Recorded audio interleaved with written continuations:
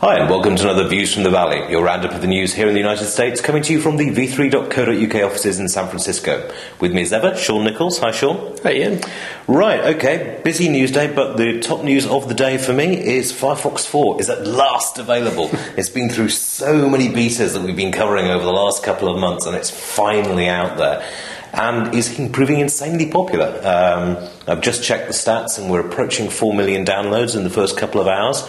So it's looking like this beats Microsoft's Internet Explorer. Yeah, I mean, that's something we were kind of joking about, is that Microsoft really bragged about hitting, what was the number they hit? They've hit 2 million downloads in the first 24 hours, and Mozilla's just like... Yeah, Firefox is beating that pace significantly. So. Yeah, well, I mean, to be fair, Firefox does have that automatic update system, whereas Microsoft, you've got to go download it and install it yourself. So it's going to be a little better, but this really is storming ahead in terms of take-up, and especially when you consider that Europe, which is one of Mozilla's biggest markets, is currently asleep, and there aren't going to be that many people downloading. I'm expecting a big hit tomorrow when Europe wakes up.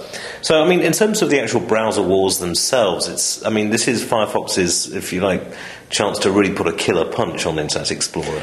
Yeah, I don't know if they'll ever be able to really, put their foot on the throat, just because Internet Explorer ships with every copy of Windows you get, so it's always going to be out there.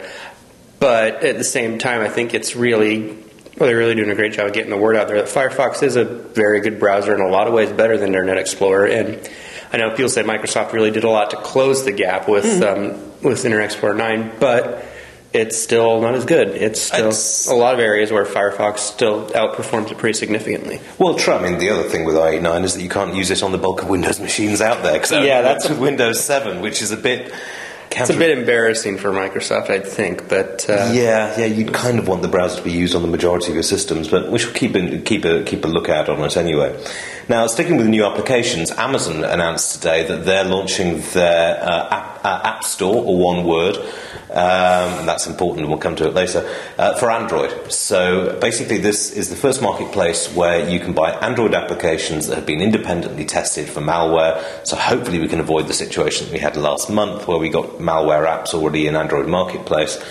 Now, of course, Amazon is having a little bit of trouble with this because yesterday Apple announced that they were going to sue over the use of the word Appstore. So just for reference, Apple's App Store is 2 words, App Store.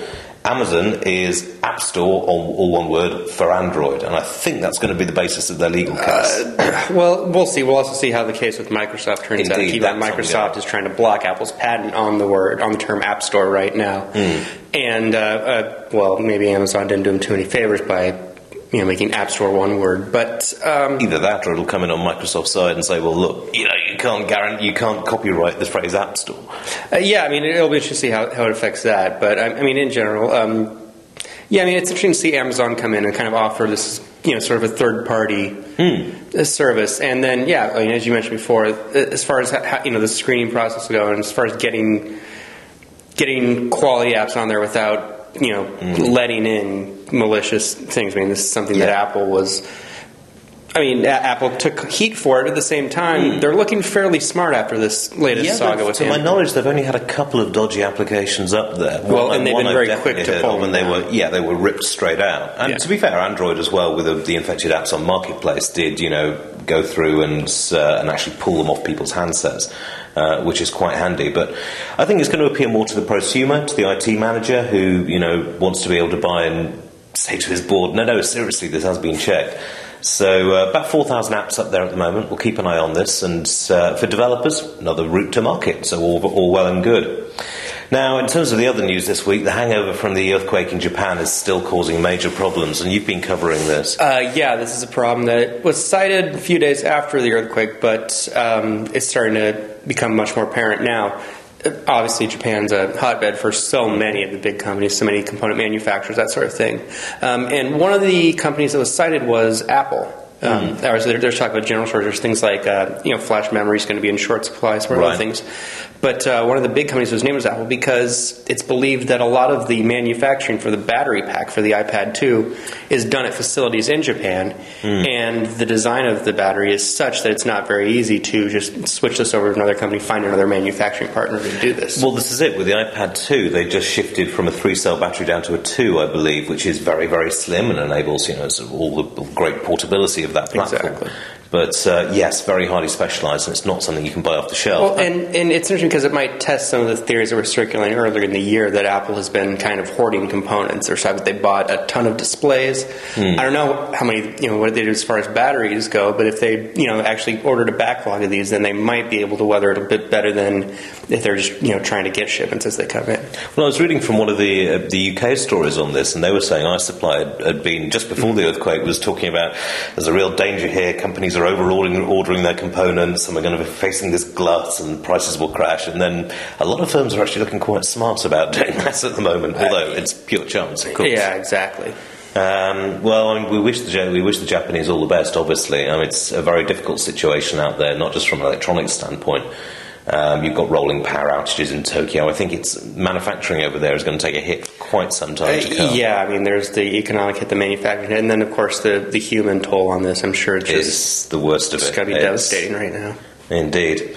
And then finally, in terms sticking with the tablet theme, as it were, then you've just covered a report that Nokia is not quite as closely in bed with Microsoft. Yeah, this is something that seemed it kind of took me back a bit at first, but you look into it and it makes a lot of sense. Basically, a report surface now that Nokia is saying we're not really sure who we're going to go with for our tablet system, and there's a chance it's not going to be Microsoft. And the more you think about it, the better and better the chance gets, because Microsoft basically has said we're not going to do a system that's optimized for tablets. It's really going to be run very well on tablets until Windows 8, which is due in late 2012, 2013 at the that's the time frame they're shooting for right now. It'll probably go RTM late 2012 is what I'm hearing. So obviously Nokia, they have said they're going to be cautious with entering the market. They're not going to get into the market just for the heck of it. But at the same time, they're going to want to have something in there before late 2012. Obviously, so yeah, it's interesting because it syncs in with what was said at the HP Strategy Summit last week, where the head of HP was really quite clear. He said, we're putting WebOS on all our stuff. That's fine, but we are quite happy to ship tablets with a Windows operating system. And this was the kicker: when they provide us with an operating system to do it, which was about as clear as it gets. Right now, Windows 7 is not ready for tablet. Right now, if you look at it, obviously you're not going to be able to license iOS from Apple. Nope. And I guess there's talk of MeeGo maybe, or some of that. But for the most part, Android is really the choice right now. And a couple of the analysts we spoke with kind of said this is where they should probably look to kind of seize the market right here. This is where they really need to step up and kind of make this work, because there isn't going to be a big window for to have this kind of access. Yeah, no, the Phone 7 deal we've discussed obviously at length on the site and on these broadcasts. But when it comes to tablets, Windows just isn't there yet. They can't afford to wait. I think MeeGo is looking likely.